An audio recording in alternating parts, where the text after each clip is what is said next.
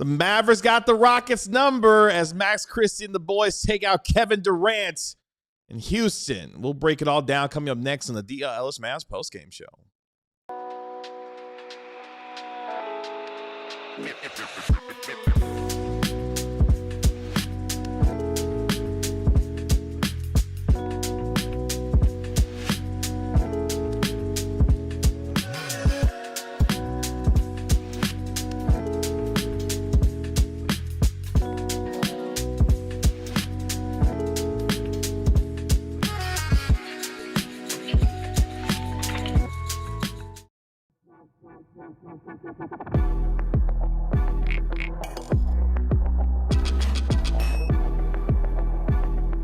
Welcome into the DLLS Mavs postgame show powered by Michelob Ultra. Cheer on your team with Michelob Ultra at 2.6 carbs and 95 calories. It's a superior smooth taste worth playing for. Michelob Ultra, official beer sponsor of the NBA. Kevin Gray alongside our DLLS Mavs analyst Bobby Carella.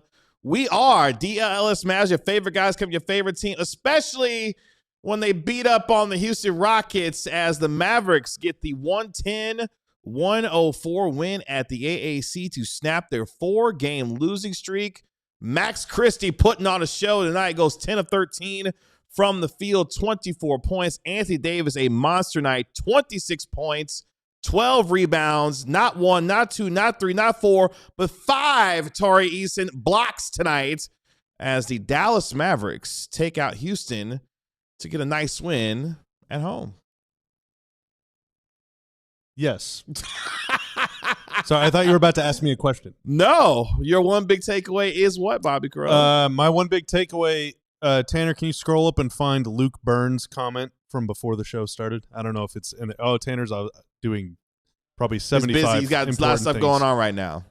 Luke Burns says, the tension is killing me. Oh, there it is. There it is. Max Christie and Cooper Flagg are untouchable on this roster. Buddy, you know ball, okay? Famously, during our trade deadline asset ranking tier list extravaganza show, I was fighting tooth and nail, okay, to keep Max Christie in that do not even effing ask me if he's available for trade tier, the untouchable tier. I'm hanging up the phone if you even mention his name. You and Ron Harrod are Max Christie haters. First of all, demanded that he go in the tier below that. That's not true. Tonight, I'm not letting you get in a word. 24 points on 10 of 13 shooting, 4 of 6 from 3. He failed yet again to take 10 threes, but he took 6 of them tonight, had 7 boards, all of them defensive against a Houston team that likes to gobble up rebounds. 2 assists as well, a steal, a block, only 1 turnover, plus 6. That dude can play basketball, man. He has had... there was this period in like the early to mid part of December where he wasn't really doing much, but that was like Ryan Nembhard mania season, and Coop was scoring 40, and AD was just coming back, and he was dominating, and Max kind of slipped into the shadows a bit. But, dude, his last few games, he's been really good. And I think that Max Christie, he's probably not untouchable, if I had to be honest, but he is really good, and he is on a really good contract, and he's still really young, and I think he has a really good approach. He has a couple clearly defined NBA skills, and he is getting better. Once again, he's producing, and he was absolutely sensational tonight. Our friend of the show, Bobby Marks, let us know earlier this season that Max Christie is a guy that is eligible for a contract extension for 4 years, upwards of over $90 million. And this is a player who, over the last 3 games, averaging over 22 points per game, shot 4 of 6 from downtown, 10 of 13 overall from the field. My biggest takeaway tonight is the confidence of Cormac continues to grow, because not only are you seeing him taking the 3 with consistency, he's the 4th best 3-point shooter in the NBA, but getting into his bag, you see him putting guys in the dribble, being able to get to the basket, finishing with some toughness at the rim. Had the dunk of the night among many for the Dallas Mavericks as he was able to drive it to the basket and finish it, with authority. So Max Christie playing with a lot of confidence right now. And we talked about how we want this Mavericks team to continue to take threes, to continue to get 3-point shots. I mean, he made 4 of 6. The Mavericks only took 21 threes in this game, but at the same time, Max is continuing to improve night in and night out, and the confidence for me, Bobby, is what you continue to see growing for Max Christie, which is something big for him as he continues to assert himself as one of the most important players, on this roster, given the makeup of this roster right now. Yeah, over his last 3 games, he's averaging about 22 points, and he is 5 and 2 is 7 plus. So he's 11 of 20, so 55% from three. His last 3 games. I mean, he's red hot. Now, obviously, he's not going to shoot 55%, but he's like 46, 47% on the season. So he is damn near a 50% three-point shooter this season, and the game before that he was 50, the game before that he was 50, the game before that he was 50. Like, he's on like a 3-month-long heater. I think his only limitation is just his own willingness to shoot the ball sometimes. Yeah. Now I think the flip side is he's often the only player on the floor that the defense has to think about whenever he's like further than 15 feet away from the rim. And so he very rarely is open. Like, most of the time the defense is going to leave Najee or PJ or even Coop or Brandon Williams or Nembhard or AD. They're going to leave one of those guys open, or even all of them, to where you don't really have to you don't ever have to close out on Max because you're already hugging him. Where he gets his threes are in transition or off offensive rebounds, things like that, where the defense is moving, where it's in scramble mode, and he can find those open pockets of space. I would love to see him be a little more assertive, but like you said, he's starting to take guys off the dribble. He's facing up guys right at the end of the game. Now, Aaron Holiday is much smaller than him, but he sized him up, realized there's no one in the lane. I'm going to take a fast dribble, a hard first step, and I'm going to get up and throw it down on this little guy's face. And he did it. And he also dunked on Jabari Smith, too. So he's not just picking on guys that are smaller than him. He showed off a little bit of everything, man. And, he's a very willing rebounder, although he doesn't always post a huge number there, but he does win some battles for boards. And that's important because, the Mavs, they tried the too big thing. And I got a lot to talk about with that, too. But oftentimes they're going to have one big on the floor for the rest of the season. And so they need every position to rebound. You can't just get your 5 grabbing 12, your 4 grabbing 8, your 3 grabbing 7 and call it a day. No, you need your 2 to get some. You need your point guards to get some. Like, you need everyone to get in there and battle. And Max does that as well. I mean, he's not like a perfect player by any means, but my God, is that dude he's almost a perfect role player. And he has potential to be even better than that. Yeah, Max is the kind of guy that you want on your team, a guy that can defend. He can shoot from 3. He's getting more confidence by taking guys off the dribble. He's fitting nicely into a comfortable role, and when you got guys that understand that, they can flourish in those situations. And tonight had himself a hell of a basketball game, not only shooting the 3, but really finishing at the rim with authority as the Mavericks overcome what was a 34-point night for Kevin Durant, who was plus 15. This was a really weird basketball game at times. The Mavericks were even a plus 7 in the rebounding department at the end of the first half. The complexion of this game from a Rockets perspective changed within the first minute of the game. Alperen Sengun turned his right ankle going up for a rebound over Daniel Gafford. He left the game and did not return. And oh, by the way, PJ Washington on the Mavericks side turned his own right ankle in a defensive play, and he did not return for the remainder of this game. So injuries besetting both teams, but the Mavericks came to play with not only Anthony Davis, Max Christie, Brandon Williams for the second time in as many games against the Rockets, had another really nice game for Dallas with 15 points. And he, with his speed, you want to talk about guys that can take other guys off the dribble. Brandon Williams' quickness and speed continues to be a killer. You saw that a lot in the third quarter with his ability to get out in transition. He was just blowing by guys left and right to be able to finish at the rim. And Brandon Williams continues his great play against Houston so far this year. Yeah, which is why I think he should have got the start. Sengun getting hurt really hurt them. Yeah. Capella, I thought, had a much better game tonight than he did the last time they played. Now, the last time the Mavs played the Rockets, Capella was the starter. Tonight, he didn't start, but he did check in with like 11 minutes to go in the first quarter. So he basically started 8 points, 8 boards. He had a bunch of offensive rebounds all in the second half. He had 5 steals, too. Like, that dude was a one-man wrecking crew down there. But whenever he was off the floor, because obviously Sengun was out, Steven Adams still out, there was no other big. And so the Mavs were able to beat them pretty bad. The Mavs were +5 when Capella was off the floor in this game, which, you know, that goes to show that having a good backup center is good. Now, the Mavs did not start Brandon Williams. They didn't start Ryan Nembhard because they started 2 bigs. They had Gafford at the 5 with 80 at the 4, and then Coop, PJ, and Max.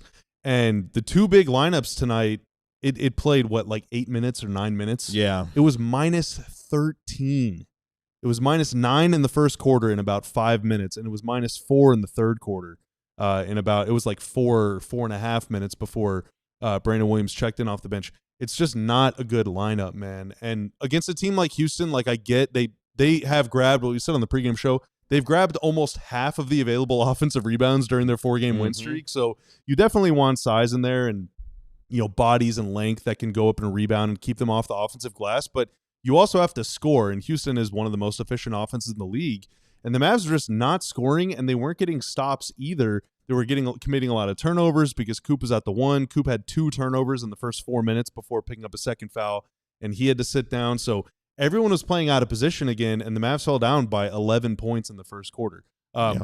But the 2 big lineups going minus 13 in a game the Mavs won by 6 means that whenever they played 1 big, they were plus 19. They beat the hell out of the Rockets tonight. Whenever they played everyone at their normal position. Like, it's just, this game could have been a laugher if they just would have used their normal lineup. But, I guess credit to J-Kid for recognizing it wasn't working and immediately pivoting from that. Which is funny because as soon as he did that, Brandon Williams comes in, subs in for Cooper Flagg. Very first play, Brandon Williams drives, gets into the paint, drives and finds a wide open Max Christie for a wing 3 and knocks it down with confidence. Yeah, and like if you're like following the live tweet stream of the game, the first 5 minutes, every Mavs fan is like, dude, 80 sucks. Get him out of here. God, I want him off my team. He's the worst player of all time. And then Gafford checks out and a point guard comes in. And then 80 has one of his best games as a Mav. He just completely dominated those guys. It's like, dude, he is a center. Cooper Flagg is a wing. The Mavs need a point guard. These are things that we've known. But it just, it took the Mavs a few minutes to remember it tonight, I guess. With the win, the Mavericks improved to 13-23 on the season and an even 10-10 after 20 games at the American Airlines Center. With the loss, the Rockets dropped to 21-11 on the year and 11-9 on the road. As I mentioned, just a weird vibe in the first maybe 5-6 minutes of this game. Cooper Flagg got his Grayson Allen on and tripped Amen Thompson on a transition play.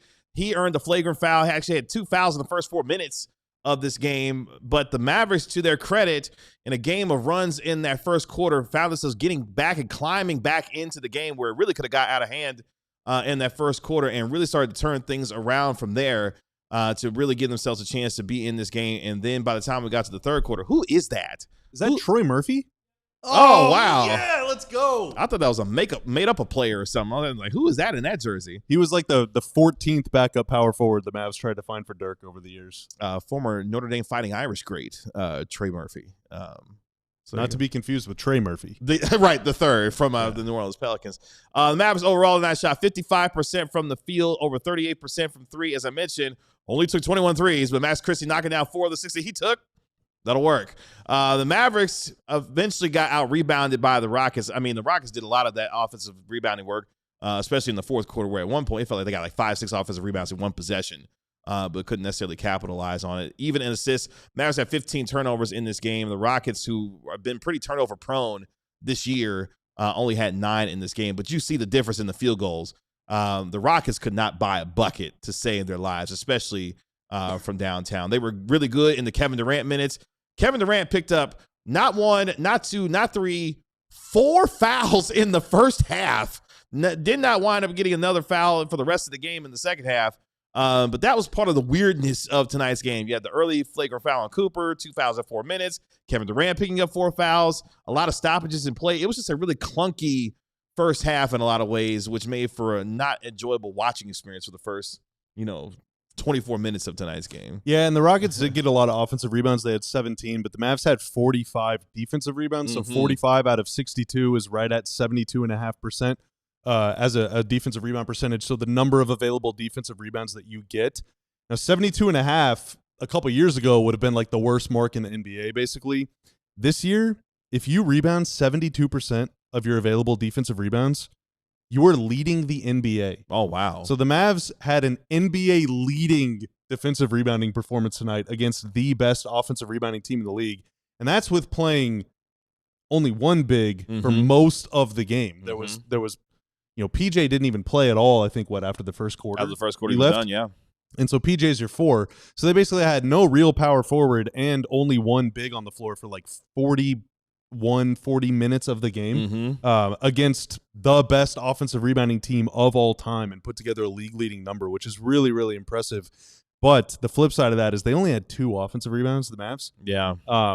They're I mean, part of that, they shot after this 55% from the field. That kind of helps a little Well, yeah, bit. but Houston had 34 defensive rebounds. Yeah. So that's 1 out of 18, which is Yeah. like 5.5% of it. That's pretty bad. Yeah. The Mavs, after this game, are probably going to be last in the league in offensive rebound rate. Coming into the game, they were like 27th or 28th. You know, for as many shooting struggles as they have, you definitely want to get more offensive rebounds. Now, they don't have the horses like Houston does to just grab 40% of them and just get a ton of second chance points every single night. But you got to have more than 2 offensive rebounds. You just have to. Let's take our first break here on the DLLS Mavs post-game show. When we come back, well, the turning point was in tonight's game, a stellar third quarter in the last 6 minutes for the Dallas Mavericks to get this done as they hang on in the end to get it done by 6 over the Houston Rockets. All that and more, plus our national media insider Marc Stein coming up later on the DLLS Mavs post-game show. The new year's begun, and I know that you're looking for a place to get some premium meat and seafood, and I got the perfect place for you, and it comes in the form of Wild Fork Foods. I've got some New York strip steak that I used and cooked on New Year's Day. It was absolutely fantastic. Did a little surf and turf with some shrimp that I got and some great, fantastic garlic bread as well, and I got it all from Wild Fork Foods. With Wild Fork Foods, they blast freeze it so it's fresher when you get it, so it's as fresh as it is when you get it at your home. So if you're looking for one of the 9 DFW locations, I suggest going to the Wiley location. That's my favorite location, the closest one to where I live. They've got everything that you need: jalapeno bison cheddar sausage, they've got pulled pork, they got everything that you're looking for, along with fantastic sides as well. So if you're looking to spice up your holiday season, even at this time of the year, I suggest go to wildforkfoods.com. That's wildforkfoods.com, one of their 9 DFW locations, Louisville, Wiley, whichever one, and get your premium meat and seafood with Wild Fork Foods today. The worst thing that happens whenever you get anyone working on your house or anyone working on your apartment or your business or whatever is that the contractors, they just disappear. They don't talk to you. They don't answer your calls. They don't give you any updates. But Qualis, whenever you have a problem with your roofing, Qualis Roofing is going to be there every step of the way. They're going to keep you updated on everything that's going on. They're going to give you honest, quality work. They live in DFW. They work in DFW. They want this community to thrive. They want your home or your business to have the best roof possible, whether it's been damaged by storms or it's just plain old. If you schedule a free estimate today, you can get a free DLLS shirt along with that. How about that? I love that. And if you replace it, how about this? You get a Blackstone grill or a Traeger smoker on the house. So mention DLLS when you call. It truly helps our show. And call or go online today to schedule your free roof inspection. Visit QualisGC.com. That's QUALIS. Or call 817-500-9008 today. Mavericks get it done tonight at home over the Houston Rockets, 110-104. Check this out. So the Mavericks against the Rockets and the Denver Nuggets so far this year, 4-1 against 2 of the top teams in the Western Conference as the Mavericks snap their 4-game losing streak to improve to 10-10 at home. Later on our show, our national media insider Marc Stein will be joining us live from the AAC, as well as our DLLS Mavs beat writer Harrod Jr. Make sure you give the video a like while you're here as well, and subscribe to DLLS Sports and join the over 38,700 subscribers right now. Who's the MVP of tonight's game? Max Christie. It's Max? Yeah, let us know. Is it Max or is it AD or, I mean, let's be honest. It's one of them. Yeah. I mean, it's a beautiful segue into, what was for me the turning point in tonight's game. You get to the third quarter where the Mavericks and the Rockets were tied at 65. And the Mavericks outscore the Rockets in the final 6 minutes of that third period, 22-10, to be able to take a double-digit lead going into the fourth quarter. And a lot of that damage, Bobby, was done in transition, and a lot of that because of the defensive interior presence of Anthony Davis, who had 5 blocks in tonight's game. And when he is playing at this level on both ends of the floor, especially with his ability to deter shots at the rim, block shots, Tari Eason found that out the hard way as this game went on. That leads to transition opportunities. You talked about the defensive rebounding that the Mavericks are able to have. Cooper Flagg finding Anthony Davis on a beautiful no-look pass in transition. The Mavericks are able to get after Houston in the transition game, but more importantly, they got stops, especially in that third quarter, that led to some easy buckets to really open things up for them in the final 6 minutes of that third quarter there. Yeah, and there was, the geometry of the floor changes so much whenever Sengun exits because Capella replaces him, and, Clint Capella's a pretty good player. He sets screens and he rolls and hangs around the rim and all that stuff, but that allows AD to be by the basket. Mm-hmm. Whereas if he's guarding Sengun, Sengun's not like the world's best three-point shooter, but he'll post up at the high elbow, high post, mid-post area. He'll step out to the three line, every now and then.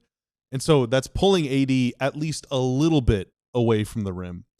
But whenever it's Capella, AD can just park it and say, can you beat me? And that KD oftentimes, unless there's like a clear driving lane, KD's not going to be the one to go to the basket. So it is going to be these guys that are less threatening scorers, and AD's just able to gobble them up. Tonight, 26 points, 12 boards, 5 assists. He is only the second Maverick ever to do that. Sorry, 5 blocks, not 5 assists. To record that stat line in a game multiple times. So he's done it twice. The only other one to do it multiple times did it 3 times, and his name is Kristaps Porzingis. And their two names appear in a lot of the same tweets. The irony. Irony. Trading one unicorn for another. I mean, why not?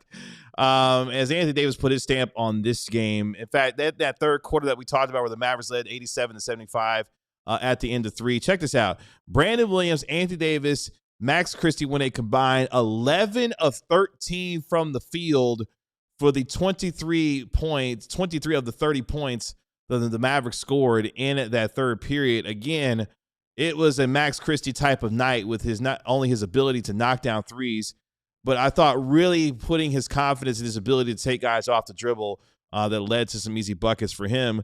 But give credit to Brandon Williams once again. When he was inserted into the lineup, made the most of his minutes. Ryan Nembhard and Brandon Williams were your point guards tonight. D'Angelo Russell was a DNP-CD again for the Mavericks. So you had Cooper Flagg starting at point guard. You had Brandon Williams and Ryan Nembhard manning the backup point guard minutes for this team, running the offense efficiently when they had the opportunity to do so. And I really enjoy Brandon Williams' ability to take guys off the dribble and really finish the transition. He's a diminutive point guard, but he really finishes at the rim through contact. He makes tough finishes as well. And he had a really nice game once again with the 15 points in tonight's game. But those 3 really took over in that third period, taking advantage of some turnovers from Houston. But the efficiency going 11 of 13 between the 3 of them was spectacular to watch between all 3 between Davis, Williams, and Christie there. Yeah, the Mavs shot 67% in the lane tonight. And Houston, I mean, they have a lot of guys that are really tall, right? KD's 7 feet, but he's not like a shot blocker, but he will contest shots. I mean, Cooper Flagg found out the hard way that KD every now and then. If KD just does this, like he's touching the rim, same for Jabari Smith, same for Tari Eason, and Eason obviously is a kind of a different caliber of athlete than KD and Smith, but those guys are all like 6'9", 6'10", or taller with really long arms. And you have Capella as well, and so there's a lot of trees. But again, Sengun being out, I think Brandon Williams looks and sees Capella, and Capella's like, 2 or 3 steps outside of the restricted area. He's like, yeah, I can get to the rim before this guy. Yeah. And it's not even going to bother me. Brandon Williams had a great game against Houston the last time these two teams played. He had 20 points. Tonight, 15 points on 7 of 10 shooting, also had 3 assists, 3 turnovers. That was kind of an issue for the whole team tonight. But, yeah, he has Houston's number. It's so much fun to beat Houston, dude. It's so much fun. I've already seen a couple Rockets fans in the chat that are crying, that are saying, oh, our guys were hurt. So is Kyrie Irving. Okay, Kyrie Irving's better than any player on the Rockets except for KD. And maybe Amen Thompson. Who had a double-double, by the way, and I had 24 points and 12 rebounds. Amen Thompson. That guy's a demon. But it's cool to beat Houston, dude. And it feels like the Mavs are probably not going to beat the Spurs for another like 20 years. So if you are going to beat someone, at least make it Houston. Last year, Dallas was able to beat the Thunder without Luka, and that was just really weird. That was really weird. That 3 times or whatever. This year, they've beat the Rockets twice without Kyrie. Who's next? They beat the Nuggets twice without Kyrie. Yeah, who wants? Okay, real quick, 10 seconds. If they want to beat the Spurs, Coop's got to get hurt. Well, hey, we don't need to sacrifice Cooper Flagg. That's not what I was proposing. Yeah, wait a minute. Hold on now. I will say, real quick, 10 seconds, one of the annoying traits about this team so far this season through what is now 36 games, they really play up to their level of competition. We've seen it against the Heat. We've seen it against the Rockets twice. We've seen it against the Nuggets twice. Like, they've played pretty well against really good competition, but they've got this annoying thing that they play severely low to their really bad competition. See losses to the Kings. The most losses to losing teams in the NBA. Yeah, like, it's kind of it's frustrating. It is frustrating to see them play games like this where they play well against the Rockets. They go to Denver and put up a bazillion points on Nikola Jokic and the Nuggets in Mile High, and then have games against the Pelicans or the Wizards or the Sacramento Kings. And you're wondering, like, hey, can we find any level of consistency to be able to put together some of the good performances that we had against some of the really good teams and start beating the ass of some of these really bad teams that they've had, losses to during the course of the season? That would be something that I would love to see change a little bit. Yeah, when a lot of their losses to bad teams came without AD and obviously without Kyrie too, and earlier in the year you're losing to the Pelicans. That was before Coop was like kind of Coop. Sure. He was still playing the wrong position at that time anyway. But yeah, it's just, in the past few years, it felt like there was this carryover sort of misconception almost among Mavs fans where it's like, dude, the Mavs just don't take bad teams seriously. Mm-hmm. And yet every year the Mavs would go like 35-9 against losing teams. It's like, well, they're crushing them. It's just you remember the losses. Like, they stick in your mind, But early in Luka's career, so like 1920, 2021, even the first year of J-Kid, 21-22, they would kind of fart around and lose a lot of those games. And so I think that kind of stuck in people's minds. In those days, though, you could pretty easily say, well, yeah, Luka sometimes just didn't really. He didn't give a blank. Yeah. He didn't have it. He didn't have it. Maybe they were out in Miami the night before. Right. Yeah, you expect them to take the Grizzlies seriously? So you could kind of hand wave it away as this sort of like, well, it's just one dude's fault or whatever. It's kind of this whole thing. Well, Luka's not on this team anymore. Obviously, this team plays super hard all the time, but they don't have, one thing that allows you to beat anybody in the NBA is star power. Another thing that allows you to beat anybody in the NBA is having like 4 guys on the court that can shoot threes. That's right. And the Mavs just very rarely shoot threes at all. They very rarely make them. Tonight, they were, 30-something%, right? 38%. Actually, for them, that's really good. They've only had 8 games this year where they've shot at least 40% from the three-point line in a game. Like 8 all season. And so sometimes, if you don't have it, sometimes if you're a little banged up, it just helps to heat up against a lousy team, and you can shoot them off the floor in the first half, and then you don't have to worry about it in the second half. But they don't have that, as a crutch to fall back on. They gotta earn and scratch and fight and claw for everything. And so all of their wins look the same, and all of their losses look the same. It doesn't matter who they're going up against. Yeah, and tonight the thing that they want to lean on the most is their defense, which they did, holding the Rockets to just 104 points. I know folks will say, well, Sengun got hurt early on in this game, really kind of changed the complexion from a Rockets standpoint because he's kind of their offensive hub and does a lot of different things for them offensively. In fact, leads the team in assists with nearly 7 assists, a night for them. But at the same time, you go to the fourth quarter because the Rockets were starting to make their push to try to get back into this game with Kevin Durant and everything else, trying to get this thing close down the stretch. But I thought my favorite sequence of the game, especially from Anthony Davis. So you're looking at what was about 3 minutes left in the game. Anthony Davis rejects the hell out of Tari Eason, gets the defensive board, is able to push in transition, hits Klay Thompson where the Rockets had cut it down to 8 with 3 minutes left. That sequence where AD gets the block, is able to get the rebound to secure the possession, and then find Klay Thompson in the corner for a 3 in transition to be able to knock it down and get the Mavericks back up by 10 with under 3 minutes left at 104-94 was, I thought, just a microcosm of tonight's game and the dominance that Anthony Davis can display when he's healthy on the floor, making the difference on both ends, especially on the defensive end of the floor, where we talk about how his two-way performances and some of the historic ones he's starting to put together from a number standpoint when he's been available have been really good. And against the Rockets, for some strange reason, in a Mavericks uniform, he has dominated them. He had 29 points in the last win against the Rockets tonight. A monster game with the 26 points, 12 rebounds, and 5 blocks. Something about the Houston Rockets for Anthony Davis in a Mavericks uniform turns him into a complete and utter monster. And he was at that again tonight. He's a good player, man. He's a good player. If he played like this Well, he did play like this all the time once upon a time. Injuries have really, robbed him of a lot of his golden years, but he's a really freaking good player, man. Shout out to Anthony Davis.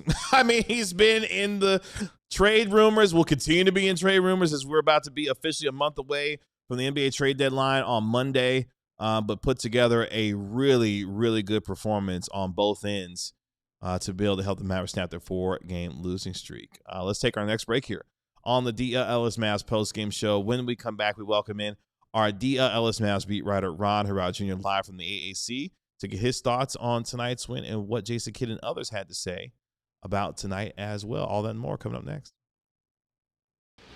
Do you hear that sound? Do you hear it? Do you feel it? Phil Maffa season is approaching, Kevin. Maffa! Phil Maffa and Jaden Blue are playing for the Dallas Cowboys tomorrow. And if you're big believers in them, then you can put your money where your mouth is on Prize Picks. On Prize Picks, you can choose whether a player will get more or less than their projected stat line. So Phil Maffa, maybe you think he's going to get 35 rushing yards. Maybe you think he's going to get 80 rushing yards. Maybe you think he's going to score. Let's go. Jaden Blue, maybe you think he's going to catch some balls. Maybe you think he's going to take some handoffs to the house. House call. You can also do stacks on Prize Picks too. So hey, you don't have to go with just Jaden Blue rushing yards. You can go Jaden rushing yards and a touchdown or whatever you want. It's very, very fun. So if you want to play, download Prize Picks today, create a new account, use promo code DLLS when making your first $5 lineup, and your account will be blessed with $50 in free lineups to choose any time you like. Play that on football, basketball, hockey, doesn't matter. On Prize Picks, it's good to be right. And with that extra scratch that you get from Prize Picks, you want to look good when you feel good. And when you feel good, you want to show it off. And Branded Bills can help you do that. Whether you need snapbacks, truckers, fitteds, beanies, Branded Bills has you covered with performance and style with their premium headwear and apparel. If you're looking for some gear to help your brand stand apart from the crowd, Branded Bills has you covered with the best custom headwear and apparel in the game today. You can start your order, and their dedicated team will help you create the exact custom apparel that you need. We're down to the Final Four in the college football playoff. If you were supporting Texas Tech, shout out to Joey McGuire and the Texas Tech Red Raiders. Made it to the college football playoff, and if you had some gear from Branded Bills, you were able to show off your support for Texas Tech. In fact, they've got a partnership with 40 colleges as a part of their campus collection, including TCU, Texas Tech, and Texas as well. So make sure you head to brandedbills.com, use code BBDLLS for 15% off your first order. Again, that's BBDLLS for 15% off your first order for Branded Bills premium headwear and apparel today. Welcome back to the DLLS Mavs postgame show as the Mavericks snapped their 4-game losing streak and moved to 10-10 at the AAC with a nice win over the Houston Rockets tonight to improve overall to 13-23 after 36 games as Anthony Davis monster night between him, Brandon Williams, and Max Christie get it done at the AAC, which is where we go now as we welcome in our DLLS Mavs beat writer. He knows sports. You can find him on X at Ron Knows Sports. He is Harrod Jr. Ron, what's going on? Hey, how you doing, everybody? Doing well. The Mavericks get it done. They got Houston's number as Anthony Davis, every time he sees the Rockets on the other side, decides to go full Monstar on the Rockets and did so again with a dominant performance, especially on the defensive end. Yeah, I mean, it was an absolutely dominant showing from Anthony Davis, not only on offense, but on defense. I heard you all talking about the blocks. I mean, just players just not really attacking the rim with Anthony Davis there a lot of the time.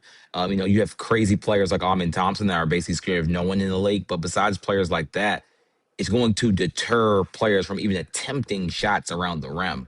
Anthony Davis kind of has that effect. And when they did try him or try something near him, he blocked the shot. I mean, he was overall just an extremely impactful player. The mid-range shots fall tonight when Sengun went out with the right ankle sprain in the first quarter. He saw Clint Capella as food and went at him essentially almost every time down the floor in that first quarter, kind of to establish his dominance.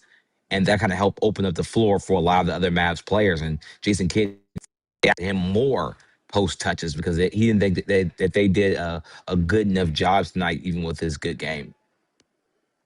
He wanted more? He said he wanted AD to get more post touches. Wow. Okay. That's interesting. I don't know, man. I don't know. They were kind of feeding it early, like with the two big lineup, because they couldn't really get anything else going. So it was a lot of 80 like face up 18-footers. But if he's at the 5, what do you think? Like, do you like that? If he's at the 5, dumping it to him in the post, or do you like him kind of getting his shots within the flow? I'm not the big fan of like force feeding bigs, but Anthony Davis at this point in juncture is the team's best player. So if the goal is to, score the basketball through your best player, I guess that's one of your better options because maybe the defense will collapse on him and other players like Coop can maybe get it going. Because if we know Coop has, struggled over the last 3 games, shooting, I think, under 45% in his last 3 games. I think it was under 40% combined in his last 3 games. So maybe to help open up the floor for someone like Coop as he's quote unquote hitting the rookie wall, as Jason Kidd kind of alluded to when talking about, the grabbing, the feeling, all those adjectives that he used about Coop getting close to the rookie wall in the pregame. Yeah, tonight was game number 36 for the Dallas Mavericks this season. Cooper Flagg played 37 college games. So he is, I believe, starting to feel it a little bit especially from a shooting standpoint. I mean, only 3 of 12 tonight. Had some other, made plays all over the place. Had 6 assists tonight as well to help do some other things on the floor, but still struggling with his shot over the last few games. With respect to Anthony Davis, look, man, it's very clear he doesn't want to play consistent minutes at the 5, but AD as a jump shooter, I'm not necessarily a fan of. Now, tonight he had the mid-range going a little bit to where he's able to knock that down at different rates. But from a consistency standpoint, I don't like Anthony Davis as a jump shooter. Shooting 15 to 18-foot shots or even extended beyond the three-point line. Like, he's got enough game to be able to dominate in the post in a lot of areas. And I think that can create some gravity for other guys to be able to make some things happen. But I don't know. Maybe it's a stylistic choice when it comes to. Well, no, he's not a very good jump shooter, but yeah, there are nights where he's got it going. There are nights where he doesn't. I'm not sure how I feel about the Coop rookie wall thing. I don't really buy that, but in his 8 games before the last 3, he had averaged 26 points, 7 boards, 6 assists on 53 shooting from the field, 40 from 3, 77 from the free throw line. Like, he was playing some of the best basketball of anyone in the NBA this year. That's pretty hyperbolic. I'm not gonna lie, but he was playing very well. Sure. And then to have 3 bad games in a row, it's like he suddenly just ran into a bunch of bricks. Like, I don't really buy that. I think tonight, J-Kidd started him at the wrong position, and it kind of just ruined his game. Like, he played like a third of his minutes at point guard. He's not a point guard, so it's kind of he reverted to the first 10 games of the year. He didn't hit a rookie wall; he hit the wrong position. I guess I would say the last couple games prior to that, his shot was struggling, and then his shot struggled. Like, he started out of position tonight, which it got off to a bad start, and he just never really recovered his shot from that standpoint. I think it is something to watch, honestly, but I don't think he'll smash into a brick rookie wall. I think he'll have enough to be able to move past that fairly quickly. But we'll see. But tonight, 7 boards, 6 assists, only 2 turnovers, had 2 steals, and a block. Like, Cooper Flagg always talks about impacting the game in other ways and wanted to do so in a number of different areas. Tonight is a perfect example of him impacting the game in a number of different areas when his shot isn't falling. Like, you asking the 19-year-old to go get you 7 boards, 6 assists, doesn't turn the ball over hardly, and is making plays on the defensive end. Yeah, and then let your best player theoretically, dominate and do what he does on both ends of the floor. I thought Cooper Flagg, without the scoring, was pretty effective in other areas. So, which is good for him and his psyche on how he approaches the game. What else did Jason Kidd have to say after tonight's win? Yeah, well, really, I think it was we got a chance to talk to Anthony Davis. He kind of gave the quote, which I think it was Christian Clark of The Athletic asked, like, hey, are you excited to play with Kyrie Irving or just like eventually or something to that ilk? And he kind of just said, he said he really doesn't ask players if they're close to coming back or anything or they don't really talk about that. And then Christian rephrased hey, I wasn't asking when is he going to come back? I'm saying are you just going to be excited when he does come back? Then he said, kind of stuff similar to that, and then he kind of ended with, they'll play, the team will play better, with a player of Kyrie Irving's caliber coming back. So just for our Mavs, Kyrie Irving, diehards, I know they love these updates, even if they aren't, as juicy as they'd like. But yeah, this is just our Kyrie Irving update for today. Okay. I mean, we'll obviously the team at some point, maybe in the month of January, will provide an update when it comes to Kyrie Irving and his status as we are about to reach the pure halfway mark of the NBA season. As we mentioned, tonight was game number 36 for the Dallas Mavericks. They'll be playing, by the time we get to, the next week and a half, they'll be over 40 games, for the 25-26 season. So, I mean, we are going to be at the point where Kyrie Irving has missed half the season already from a pure basketball standpoint. So when he gets on the floor, it'll be nice to have him back. The question will be when, because as we mentioned, you're about halfway through the season now. I'm going to be halfway through the season here in the next week and a half. So we'll see. Any other takeaways when it came to not only your observations, but what other guys had to say? Max Christie, another spectacular night, averaging over 22 in his last 3 games, 4 of 6 from downtown. I thought for me, Ron, getting into his bag, getting into the painted area, some really nice dunks tonight, finishing with authority at the rim. Max Christie showed a lot of different parts of his game tonight.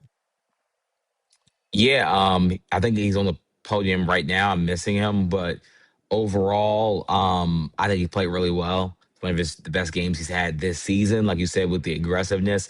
I mean, he showed some bag work. It was a 20 to the basket. I think in the second quarter, I guess just showing you, okay, you got something else in your bag that you're working. I That think Phil Anthony Davis handiwork actually, coming into play. yeah, That Phil handiwork. And Anthony Davis gave, I guess, a tidbit. He says, because I think someone said, like, you and Max Christie know each other, like, probably the best. And he was like, no, it's actually D'Angelo Russell. They actually talk the most, according to Anthony Davis. So maybe him and D'Lo are working on some handle work. D'Lo does have it does have good handles. I guess if we're just pointing out positives by the player. But I think overall, just Max Christie played just really well, shot the ball well from 3. I think he's just just proving he's a player that's like literally gotten better every single year he's played in the NBA. Those are just players I would just bet on. I mean, we saw players. I mean, I'm not saying he's Jalen Brunson, but players like Jalen Brunson literally get better every single year he's been in the NBA, including this year. He's multiple years into his career, and he's still going into another year, averaging 29 points per game this season. I don't know if Max Christie will ever be a 20-point per game scorer, but maybe 1 year in his career, can he be a 17-point per game scorer on 40% from 3? Like, that'll make you a lot of money as Jaden McDaniels. And that's basically what he's been doing for the better part of, a month and a half, 2 months now? Dude, I mean, he actually, like, if you go back and look at his game log, 9 points on opening night, 9 points in the second game, then 17, 14, 10, 13, 17, 12, 18. Like, he just scores double figures every single game. Oh. Yeah, and there's been a couple quiet stretches. Like we said, that early to mid-December area was pretty bad, but there were some other things going on. But, I mean, dude, he's money. He's about as automatic as it gets, especially from 3 right now. I mean, I think we talked about this a little bit, during the offseason leading into the season.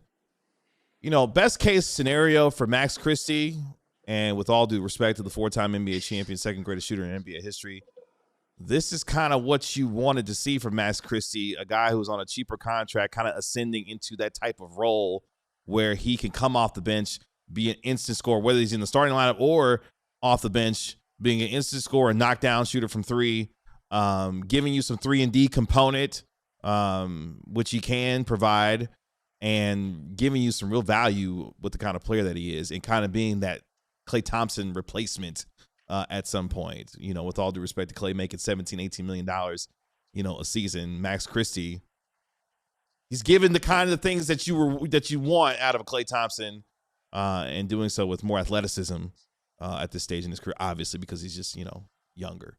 But this is fantastic stuff from Max Christie. I love what he's doing, and the confidence is growing for him night in and night out, which you obviously love to see and want to continue to watch going forward for the rest of this upcoming season. Ron, any last little bit before we let you go here? Yeah, I would just say just to end on Max Christie. I just think he's the type of player that you want to build around with Cooper Flagg. I mean, we did kind of our trade ranking thing a couple of weeks ago, and that this is why, Mavs fans, but Max Christie was so high. Because while this is not a superstar, he is the literal definition of the perfect player next to your superstar. It's a player that you want next to your guy for 5-10 seasons, hopefully, because he literally is going to just make Cooper Flagg better, and he's going to take on some of the tougher defensive assignments that you don't want your superstar taking on. Even though I'm not saying he's an elite defender, but he's at least above average. So just to be an above average defender and an elite 3-point shooter, it makes you a lot of money in this league, and you can play on a lot of different teams and a lot of different lineups. I think just, again, for Mavs fans, that should be the young piece that you should be thinking, hey, a lot of people probably thought it was Derek Lively. I think right now it's probably Max Christie. That's your number 2, a young core piece with Flagg. I mean, Bobby made an excellent point earlier. I mean, he has a discernible skill set that can play, and he is showing that night in and night out, and giving them some real value there. So, I mean, to defend myself on the Max Christie thing, I reserve the Nope. All right, I'll let you have it tonight. I'll let you have it tonight. Ron, we'll. I deserve a victory lap for that one. I'll let you have it tonight. Don't ever bring up anything that I got wrong. Right? Leave it in the past. What's done is done. Okay. Ron, we will talk to you. Check this out. On Monday at noon for a daytime show. How about that? Is that allowed? I know, right? Wow. We'll talk to you Monday at noon. See y'all, everybody. So DLLS Mavs beat writer Ron Harrod Jr. You can find him on X at Ron Knows Sports. Let's take our final break here on our postgame show. When we come back, we welcome in our national NBA insider, Marc Stein, as we dial up the Stein line here on the DLLS Mavs postgame show. After a Mavericks win, we'll do that next. But first, we want you to become part of our DLLS Sports family. The easiest way that you can do that is to like this video and then subscribe to DLLS Sports and join the over 38,700 subscribers as we move that much closer to 40K here in the year 2026. The next easiest way that you can do that is to go to alldlls.com/diehard, or you can scan that QR code screen that you see on your screen, right now to become a diehard member. When you do, you get a free t-shirt upon sign up. You get access to our member-only Discord, where you get to hang out with us and be able to chat about anything when it comes to movies, for wrestling, basketball, whatever. You can talk about it with us in our member-only Discord, and you get 20% off our events as well, and you get access to our amazing, fantastic content curated by the likes of Clarence E. Hill Jr. covering your Dallas Cowboys, along with Ali Jawad, as well as Ron Harrod Jr. covering your Dallas Mavericks, Sam Nessler and Sean Shapiro covering the Dallas Stars. I still have no idea why Jason Robertson did not make Team USA. We won't talk about that right now. And Jeff Wilson covering your Texas Rangers. Can you believe it? We are just a month and a half away from spring training. Surprise Arizona for the Texas Rangers. It's hard to believe it's already baseball season again. But Jeff Wilson's got you covered when it comes to covering all things your Texas Rangers. And we've got some fantastic merchandise as well. Go to store.allcitynetwork.com and you can see all of our tremendous gear, including our branded Bills All City DLLS mashup hats that we have right now available in 4 fantastic looking styles.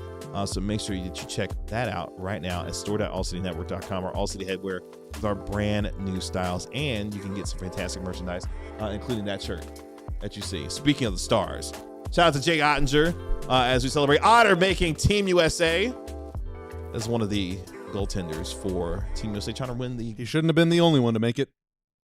I agree. Like I said, Jason Robertson not making Team USA is a travesty. Like I don't get it. But we do have one representative in Jake Ottinger. Congratulations to him, part of the goaltending trio for Team USA. Let's go back out to the American Airlines Center. We're welcoming our national NBA insider. You can always dial up the Stein line at, we are back. We are so back as he adjusts the camera. That's right. Marc Stein joining us here on the postgame show. Mark, how we doing? Gents, I'm good. How are we? How are we feeling? Feeling good. Saw you a few hours ago. Yeah. You hung out here with us for like half the game. It was awesome. Yeah, I had to do some pregame recording and then watch part of the game with you guys, then came here and saw lots of interesting stuff. Well, what was the most interesting part that stood out to you? That they could win a game making 8 threes, getting hammered on the offensive glass. KD was running point and blocking shots and draining everything and drawing a zillion defenders, and they survived all of it. I didn't realize this till I did some pregame research and preparation. They hadn't been more than 10 games under 500 since the 2018-19 season. Mm. And now they are back to 10 games under. That they are. I have a lot of good memories from that season, actually. A lot of good memories? 18-19? Oh, my God. Yeah, that was a great year. Luka's rookie year. Yeah, Dirk's last year, yeah. The record was not the most important part of that season. It was not. It was not. So does this win make you guys? Does this win make you nervous that this team is going to be too good? No, not at all. That was an emphatic response from the studio. Well, I mean, I'm sorry. Go ahead. Yeah, I was going to say, as one tweeter pointed out, Mark, the last time Patrick Dumont was at the arena, something happened the next day. Oh, wow. And some real funny business has been going on with the Hawks the last couple of days as far as guys is playing that true? Are you sure about that? I think he's been here since then. I don't know that that's right. I thought he's been here. Yes, he has been here. Oh, was he at the Miami game? Is that right? If you're referring to November 10th, and then they made a change in the front office on November 11th, I am pretty sure he was here for, maybe it was Miami. I don't remember which game it was, but he was here for a home win against someone. Never mind. I guess there goes the joke. Your incessant attempts to bait me into news that is not happening is just uncanny. I'm outed. I mean, Tanner, you can put the graphic back up of the records of the teams in the Western Conference. I mean, I said a little bit earlier that one of the annoying traits of this team this year is that how they have played in a lot of ways up to the level of really good competition. They're 4-1 combined against the Rockets and the Nuggets, while having losses this year to the Pelicans. Yeah, they're 1-1 against the Wiz. They've lost twice to the Pels. They've already lost a game to Sacramento. Utah. Like, they've played severely lower to the competition that hasn't been good. So do you guys remember? Do you guys remember how early in the season and Bobby would constantly look up where the team's record was and how hard it was going to be to make the playoffs? I actually did that research myself coming into this game without waiting for the Carell Illustrator. Had the Mavs lost tonight, they would have been 12-24. Only 4 teams in the 16-team playoff era have rebounded from a 12-24 start to make the playoffs. If the Mavs did win, they are now 13-23. The list only grows to 7. Only 7 teams in the last 40-plus years have started 13-23 or worse and still found a way to get into the playoffs. So I agree with your emphatic rejection to go with that emphatic Anthony Davis swat when the Mavs needed one, when the Rockets were getting, I don't know how many offensive rebounds on that one possession. And so, look, the playoffs are still a long way away, even after a win as good as this. Yeah, I mean, we've seen them have really good wins and then back it up with some real stinkers. I mean, tonight they broke their 4-game losing streak. They had lost 6 of 7 overall coming into tonight, and they get a really nice win over a Rockets team for a second time that did not have Alperen Sengun playing in it. The vibes were really weird to start off this game, to be quite honest with you. Like, the first 4 minutes of the game, Yeah, Sengun turned the ankle. Cooper Flagg went full Grayson Allen and got a flagrant foul. Had 2 fouls in the first 4 minutes. The Mavericks were down at one point, I believe, 20-9. Like it was just, and then they come back on a series of runs in the first quarter. Like it was a really weird game with a lot of stoppages. But I give the Mavericks credit for staying with it and finding a way to, come out with a W tonight. And we will have to await word on PJ Washington and how bad that is. We don't have anything further there yet, to my knowledge. As he turned his right ankle in the first quarter and did not return from tonight's game. What's the chat vibe after a night like this? It's been pretty good. I think the prevailing emotion is it's not like, oh darn, they lost. It's like, yeah, a win every now and then feels good, especially when it's against Houston. Because I mean, they've won 6 of 7. They've won 6 of 7 at home. That's good. They what? They've won 6 of 7 at home. It's Sorry, those I'm pesky distracted by the picture of Detlef Schrempf on the screen right now. I don't know if you can see it, but that is one of the all-time best Mavs. Hey, I can happily report that after a 2 or 3 game stretch where Ecam was just acting very bizarre, it is now back to the way it used to be, where I can see you guys. I can't see exactly who are in these graphics, but I can see that Tanner is feverishly, like he just switched the graphic again. Next 5, like that's he Chris is just Anstey. Oh my goodness! Look at you! And look at you go. And who was the beat writer when Chris Anstey was drafted? Marc Stein. And who quoted Don Nelson saying he's the best running big man in basketball? Oh my God! Oh wow! I don't know. Oh wow! Whoever it is probably doesn't have that job anymore. Hey, no, it was me. Do you want to hear some great You want to hear some great trivia?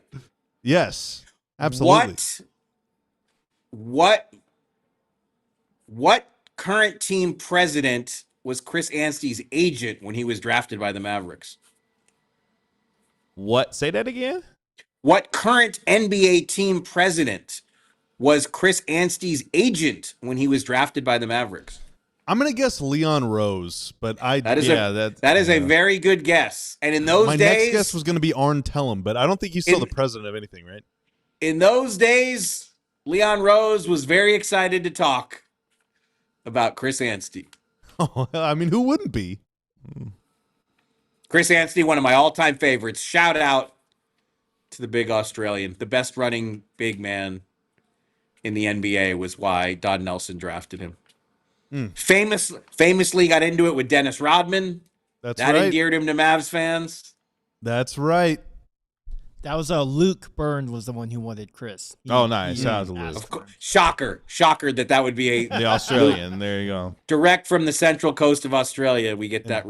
Don Nelson's narration of that fight, by the way, is what is up with Tanner? Just like, and he's got graphics for days now.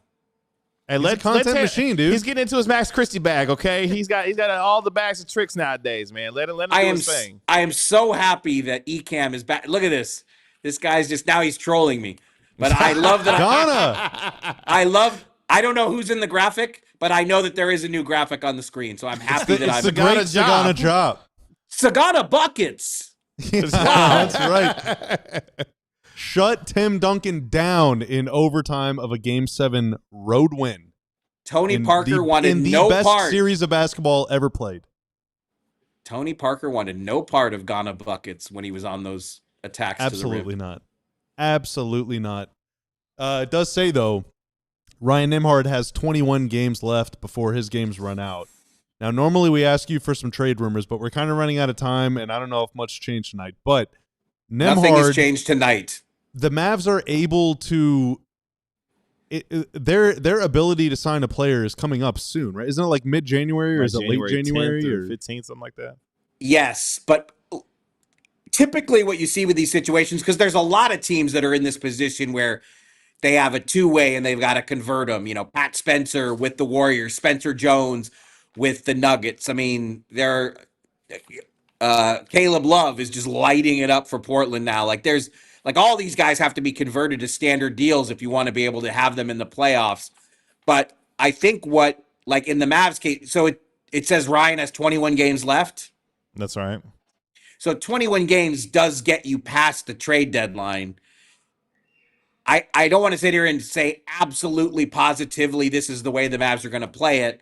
I promise I will report it out and try to get a definitive answer before the next time I'm on.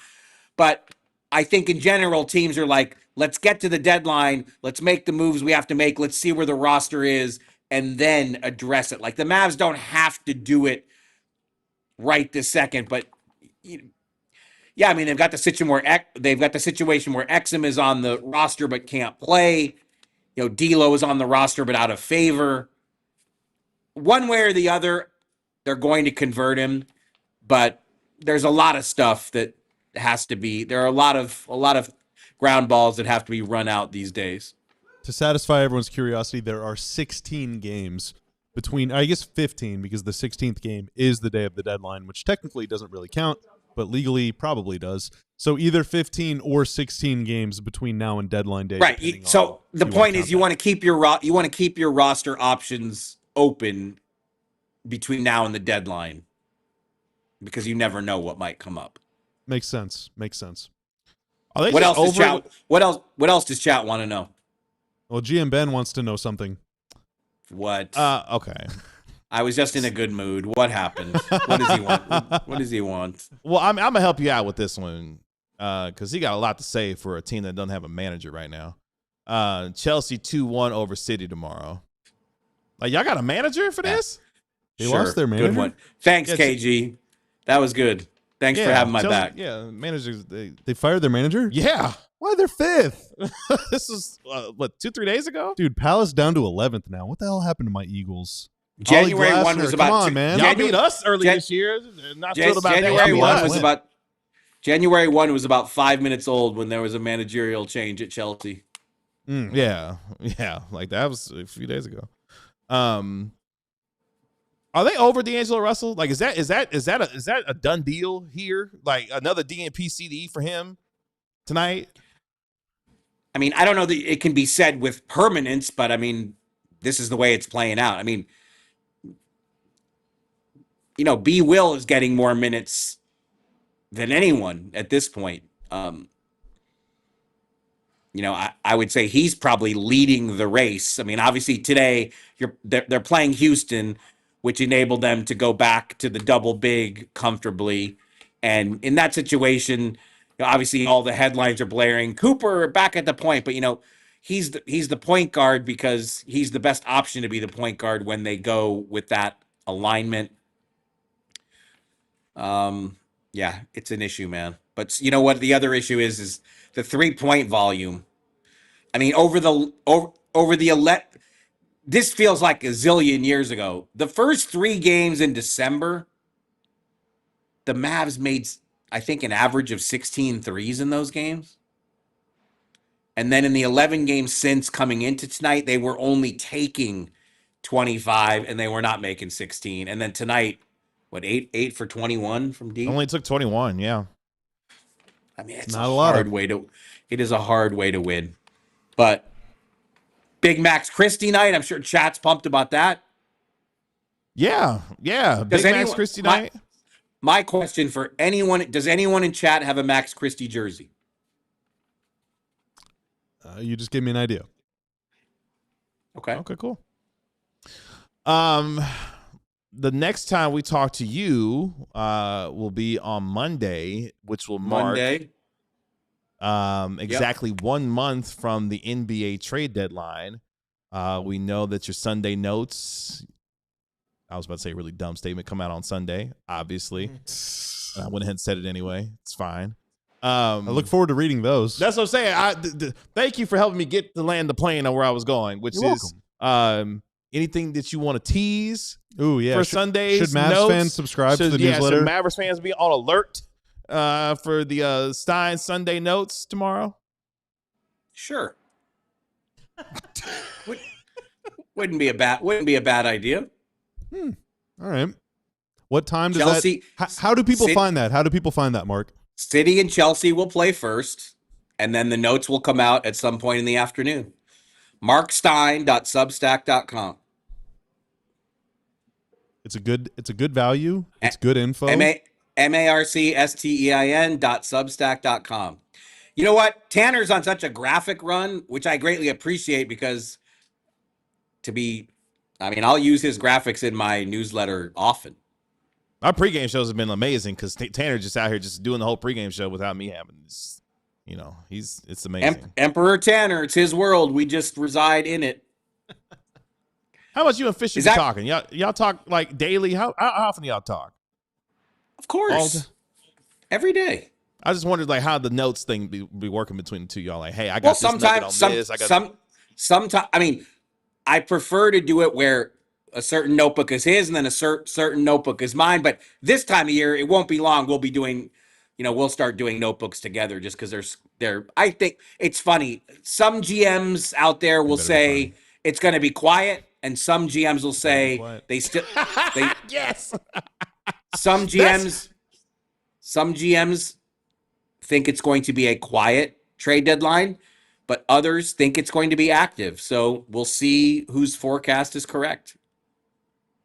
Okay, last question before I let you go. Seriously, why the competing extremes? Like, why are there, a lot saying, "Hey, it's going to be real quiet this deadline," while others are like, you know what, it's about because to be real busy. The truth is, it's really hard to forecast that. I mean, for one, in the apron era, it should be easier to make moves in the offseason. I mean,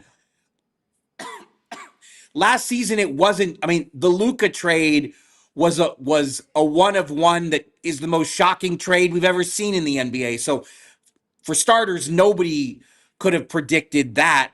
But even after that, you still saw so much. I mean, we saw De'Aaron Fox and Levine in the same trade. We saw Jimmy Butler go to Golden State. Brandon Ingram got traded too. Like there was a lot of action. And if you would have asked people on whatever January 3rd last year, would people have predicted that much? No, I think most would have said no.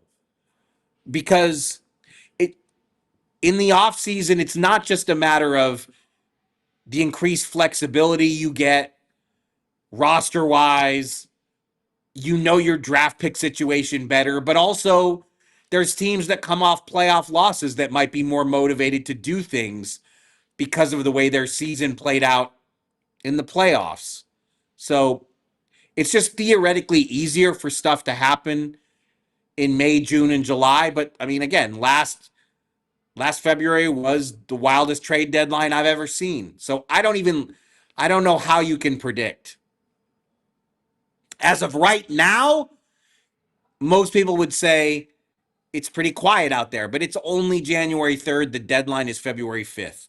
It's fast approaching, but it's also a long way away. Both things are true. Well, we look forward to what the next month is going to bring, and that will begin on Monday, which is the next time we will talk to you. Look forward to your Sunday notes in and around the association and the intel that you will have to bring us on Monday here on the DLLS Mavs podcast. Enjoy your weekend, and we'll talk to you then. Sounds good, my friend. Sounds good. Happy Saturday night, chat. Woo-hoo-hoo-hoo. Let's go out. Let's get hammered. Oh, bye, Mark. That's our National Media Insider, Marc Stein. Will with the $1.99 super chat.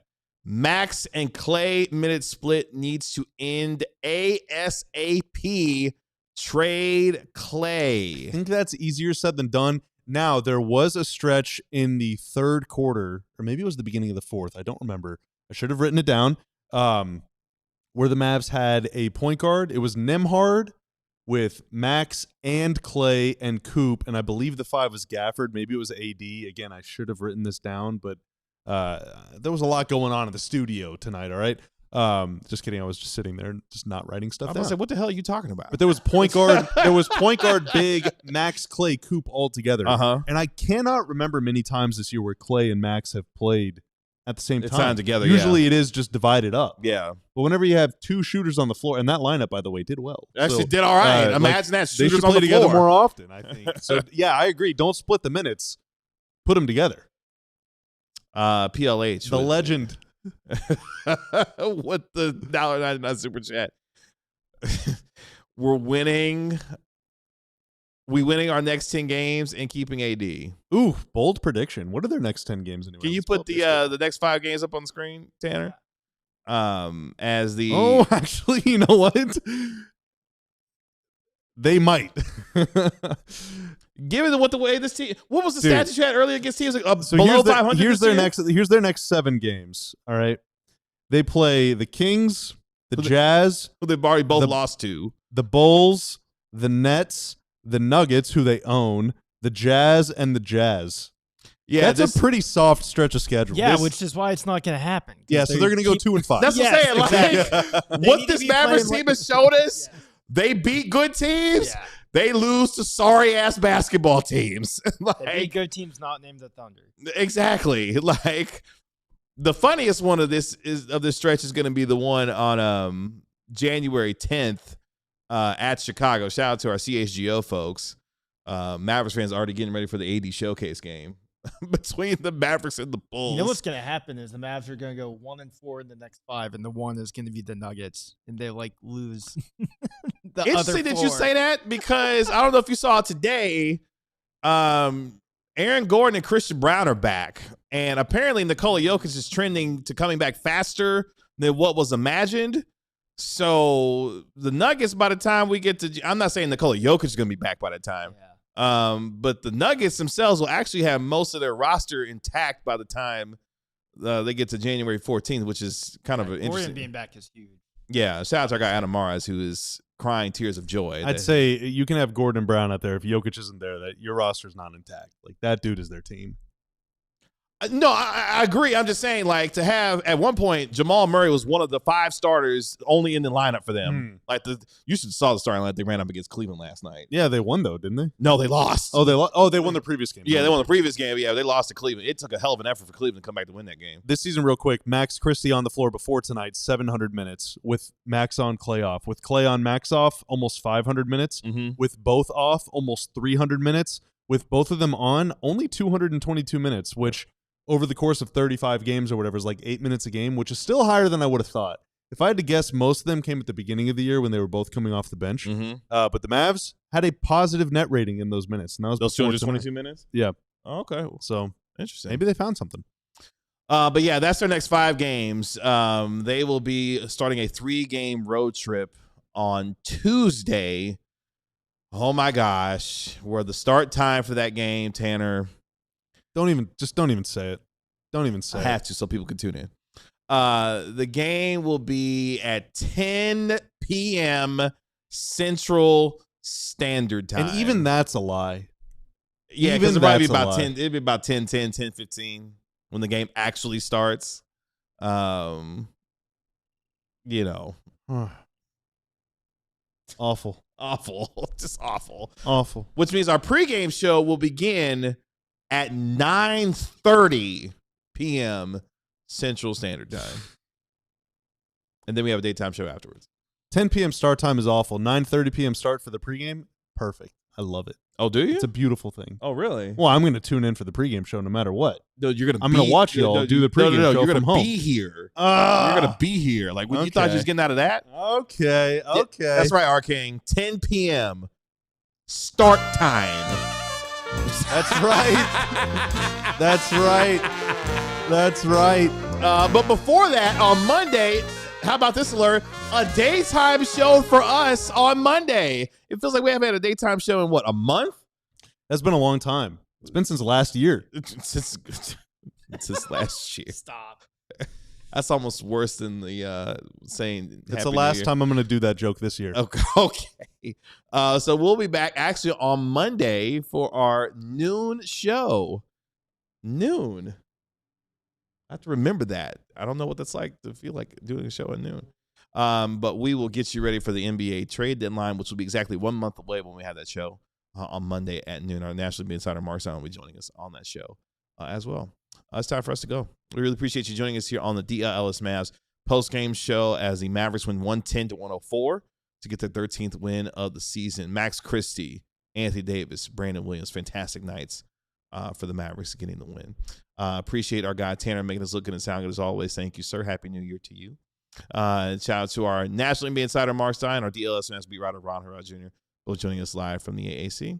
That So very happy DLLS Mavs analyst Bobby Curl. I'm your host, Kevin Gray. We are DLLS Mavs. We'll talk to you Monday at noon right here on DLLS Sports. Y'all be good. Enjoy your weekend.